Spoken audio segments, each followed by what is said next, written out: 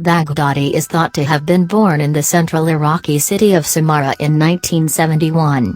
Though a weak student, whose poor eyesight disqualified him from joining the Iraqi military, he rose to command al-Qaeda's Iraqi division and then broke away to form Islamic State, ISIS. In July 2014, shortly after ISIS said it had established a caliphate in Iraq and Syria, Baghdadi delivered a sermon from a mosque in the captured Iraqi city of Mosul. Appearing unmasked for the first time, he declared himself to be the caliph, the political and religious leader of the global Muslim community.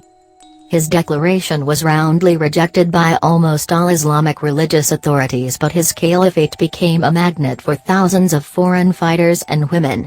The group attempted not just to hold territory but to administer it like a state, establishing a brutal justice system, collecting taxes and doling out public services.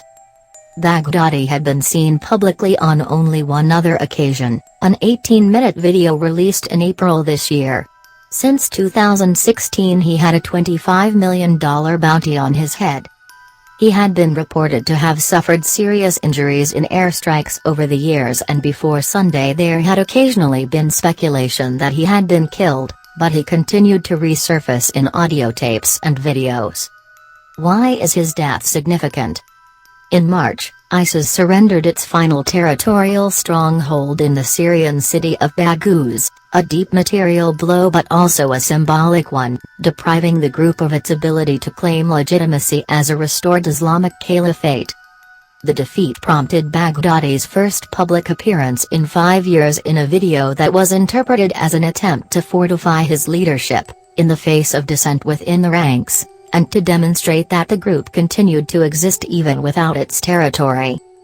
Baghdadi was not just an operational leader, but a symbol of ISIS's Islamic credentials. He had claimed to come from the same tribe as the Prophet Muhammad, to be a descendant of the Prophet's grandson, and to fulfill the necessary ideological and religious tests rightfully to claim leadership of Muslims.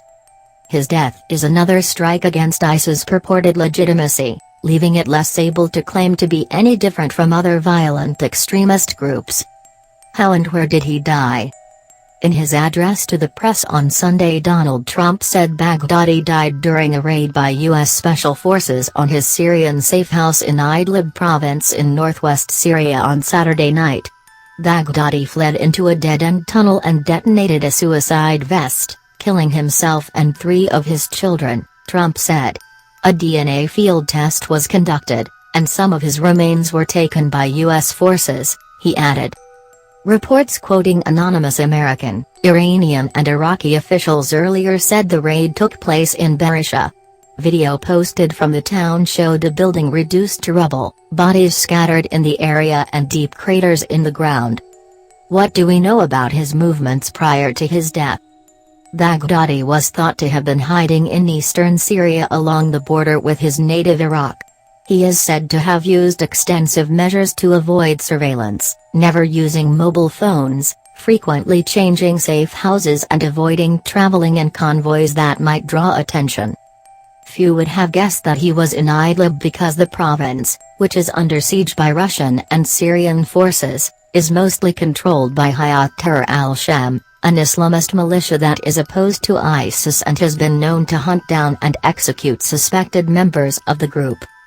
Some have speculated that Baghdadi might have arrived recently, fleeing the recent Turkish incursion in the northeast of the country, and the subsequent advances made by the Syrian and Russian armies.